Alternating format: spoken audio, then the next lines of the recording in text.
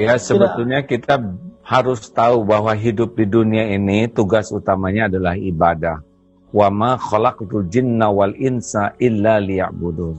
Jadi semua aktiviti kita itu adalah ibadah, termasuk bisnis. Ibadah itu syaratnya dua, niatnya lillahi ta'ala, dan yang kedua caranya benar.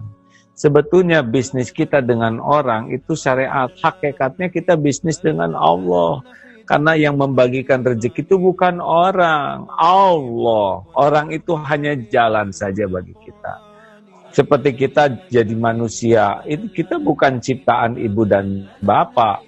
Ibu dan bapak itu hanya jalan kita tercipta di dunia. Sama konsumen, customer, klien, itu bukan pemberi rezeki. Mereka itu hanya jalan rezeki dari Allah.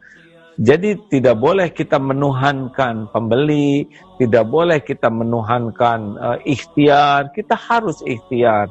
Tapi ikhtiar itu hanya ibadah saja. Yang membuka, menahan, menutup, mengambil rezeki itu Allah Subhanahu wa Ta'ala. Maka jadikanlah bisnis itu jadi ibadah. Dan kita juga punya kewajiban khalifah. Jadi kita semakin banyak rezeki kita, makin besar perusahaan kita, makin banyak menolong orang. Khairun nas anfa'uhum linnas.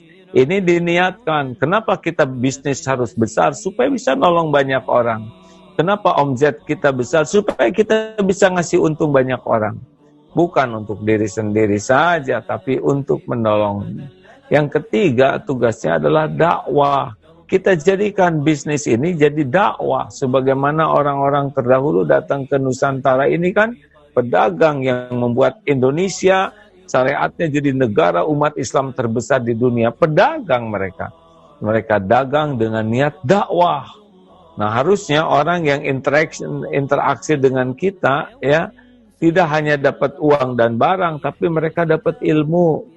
Mereka dapat sebuah enlightenment bisnis dengan kita. Ya, mereka mendapat sebuah guidance untuk menjadi hidup lebih baik. Bisnis itu adalah dakwah. Uang tidak ada apa-apanya, tapi orang berubah jadi masuk Islam, orang berubah jadi baik, orang berubah jadi jujur, orang hijrah menjadi orang yang karena bisnis dengan kita, itu lebih tinggi nilainya daripada uang yang kita kumpulkan.